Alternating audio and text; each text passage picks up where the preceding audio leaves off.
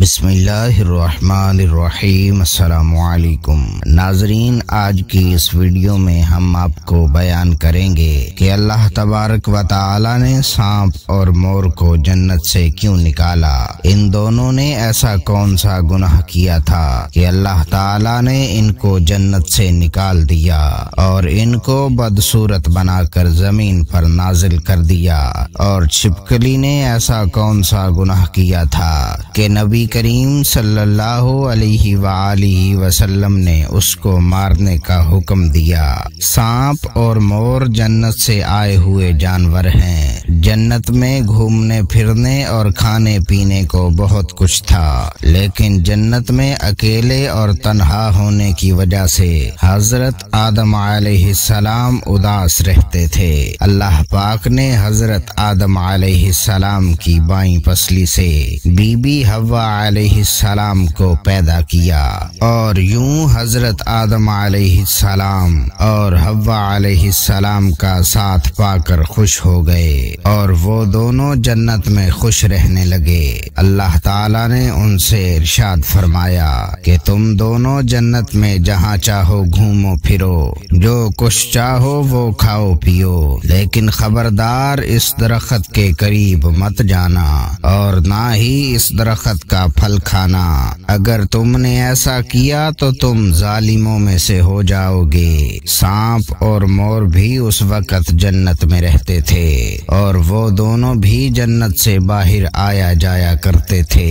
اس وقت سانپ کے پیر بھی تھے اور اس وقت سانپ کے منہ سے ابرک کی خوشبو بھی آتی تھی، اور مور آج جتنا خوبصورت دکھائی دیتا ہے وہ اس وقت کہیں زیادہ خوبصورت ہوا کرتا تھا۔ جب وہ جنت میں رہتا تھا تب مور کے پاؤں بھی بہت خوبصورت ہوا کرتے تھے۔ ایک دن جب وہ دونوں جنت کے باہر آئے تو ان کی ملاقات شیطان سے ہوئی۔ شیطان نے ان دونوں سے کہا کہ مجھے بھی اپنے ساتھ جنت میں لے چلو، تو جواب میں ان دونوں نے کہا کہ ہمیں اللہ کا خوف ہے اور اس بات کا ڈر ہے کہ تمہیں اپنے ساتھ جنت میں لے جاتے ہوئے ہمیں کوئی دیکھ نہ لے، اس لیے ہم تمہیں جنت میں نہیں لے جا سکتے۔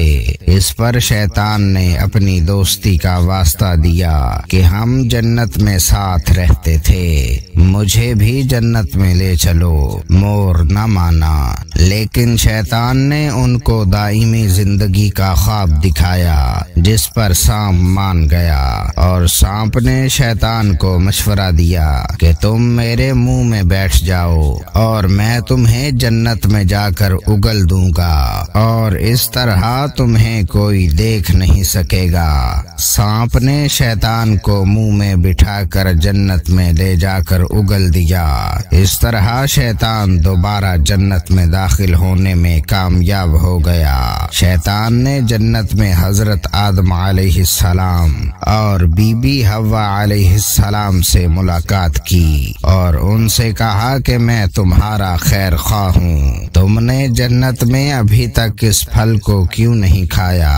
اس پر دونوں نے شیطان سے کہا کہ اللہ تبارک و تعالی نے ہمیں اس طرف سے دور رہنے اور اس کا پھل کھانے سے منع فرمایا ہے، اور اس لیے ہم نے ابھی تک اس کا پھل نہیں کھایا اور نہ ہی کھائیں گے۔ جب حضرت آدم علیہ السلام سو گئے تو شیطان بی بی حوا علیہ السلام کے پاس آیا اور انہیں بہکانے لگا کہ اللہ پاک نے تمہیں پھل کھانے سے اس لیے منع کیا ہے کہ کہیں وہ پھل کھانے کے بعد تم نہ مرنے والے بن جاؤ اور ہمیشہ کے لیے جنت میں رہو۔ ناظرین، بی بی حوا علیہ السلام نے شیطان کے بہکاوے میں آ کر اس درخت کا پھل کھا لیا۔ حضرت آدم علیہ السلام سو کر اٹھ گئے تو بی بی حوا علیہ السلام نے انہیں بھی اس درخت کا پھل کھانے پر مجبور کر دیا اور وہ پھل حضرت آدم علیہ السلام کو بھی کھلا دیا۔ جیسے ہی دونوں نے اس درخت کا پھل کھا لیا تو فوراً ان کا جنت کا لباس اتر گیا۔ تب ہی اللہ پاک نے ان دونوں سے کہا کہ میں نے تمہیں اس درخت کے پاس جانے اور اس کا پھل کھانے سے منع نہیں کیا تھا، لیکن تم دونوں نے میری بات نہ مان کر اس درخت کا پھل کھا کر اپنی جان پر ظلم کیا ہے۔ تب ہی حضرت آدم علیہ السلام اور بی بی حوا علیہ السلام کو اپنی اس غلطی کا احساس ہوا اور انہوں نے اللہ پاک سے معافی مانگی تو اللہ پاک نے انہیں معاف فرما دیا اور ان دونوں کو جنت سے نکال کر زمین پر نازل فرما دیا اور فرمایا کہ زمین پر ایک خاص وقت تک تمہارا ٹھکانہ ہے اور تم زمین پر ہی رہو گے۔ اللہ پاک نے شیطان کو جنت میں لے کر آنے پر مور کی خوبصورتی چھین لی اور جن پیروں سے وہ شیطان کو جنت میں لے کر آیا تھا انہیں بدصورت بنا دیا، اور جس سانپ نے مور کو شیطان کی مدد کرنے کا مشورہ دیا تھا اللہ پاک نے اس کے منہ سے ابرک کی خوشبو چھین کر سانپ کے منہ میں زہر بھر دیا اور سانپ کی ٹانگیں چھین کر مور اور سانپ کو جنت کی اس خوبصورت جگہ سے ہمیشہ ہمیشہ کے لیے نکال دیا۔ ناظرین، چھپکلی ایک رینگنے والا جانور ہے جو عموماً ہمارے گھروں میں پایا جاتا ہے۔ چھپکلی کی کچھ اقسام تو بالکل زہریلی نہیں ہوتی، لیکن بعض ایسی زہریلی ہوتی ہیں کہ اگر وہ کسی انسان کو اپنی زبان لگا دے تو انسان مر سکتا ہے۔ ناظرین، تذکرۃ الاولیاء میں ہے کہ ایک شخص حضرت علی رضی اللہ تعالی عنہ کے پاس آیا اور عرض کرنے لگا کہ چھپکلی کو مارنا جائز ہے یا نہیں، تو حضرت علی رضی اللہ تعالی عنہ نے ارشاد فرمایا کہ نبی کریم صلی اللہ علیہ وآلہ وسلم نے ارشاد فرمایا ہے کہ چھپکلیوں کو مارو، چھپکلیوں کے مارنے کا حکم دیا ہے کیونکہ یہ حضرت ابراہیم علیہ السلام کی آگ پر پھونکے مارتی تھی۔ چھپکلی واحد خلق ہے۔ جب نمرود نے اللہ پاک کے نبی کو آگ میں ڈالنے کا فیصلہ کر لیا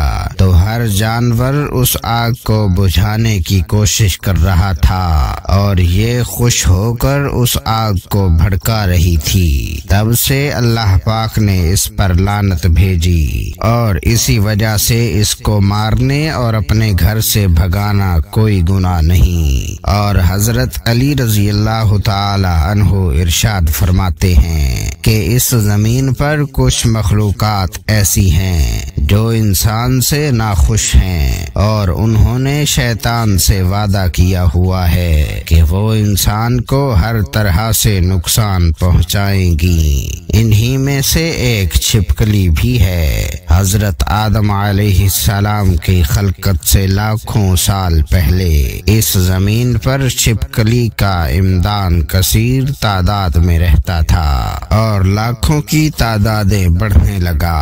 انہوں نے زمین پر اتنا ظلم کیا کہ اللہ پاک نے زمین پر عذاب نازل کر دیا اور اس نسل کو ختم کر دیا، سوائے اس کے جو بہت چھوٹے تھے، جو زمینوں، غاروں اور پانی میں چھپ گئے۔ جیسے جیسے وقت گزرتا رہا وہ بغض اور حسد اپنے آپ میں رکھتے رہے، یہاں تک کہ حضرت آدم علیہ السلام کا زمانہ آ پہنچا تو شیطان نے اس نسل کے وجود میں یہ بات ڈال دی کہ تمہاری نسل کو حضرت آدم علیہ السلام کے لیے ختم کر دیا گیا۔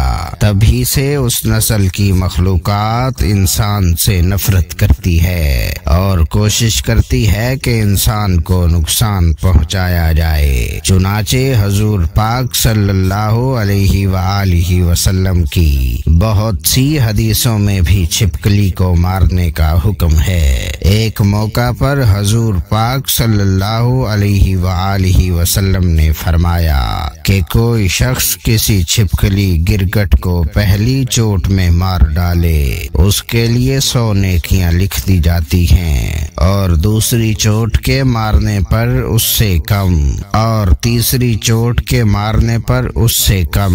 اللہ پاک ہمیں نیک اعمال کرنے اور گناہوں سے بچنے کی توفیق عطا فرمائے، آمین۔ ناظرین، اگر آپ کو ہماری ویڈیو پسند آئی ہوگی تو ویڈیو کو لائک اور شیئر کیجیے گا۔ مزید انفارمیٹیو اسلامک اور حقیقی ویڈیوز دیکھنے کے لیے ہمارے چینل کو سبسکرائب کر کے ساتھ میں دیے گئے بیل کے نوٹیفیکیشن کو بھی آن کر دیجیے گا۔ پھر ملتے ہیں ایک نیو ویڈیو کے ساتھ، تب تک کے لیے اللہ نگہبان۔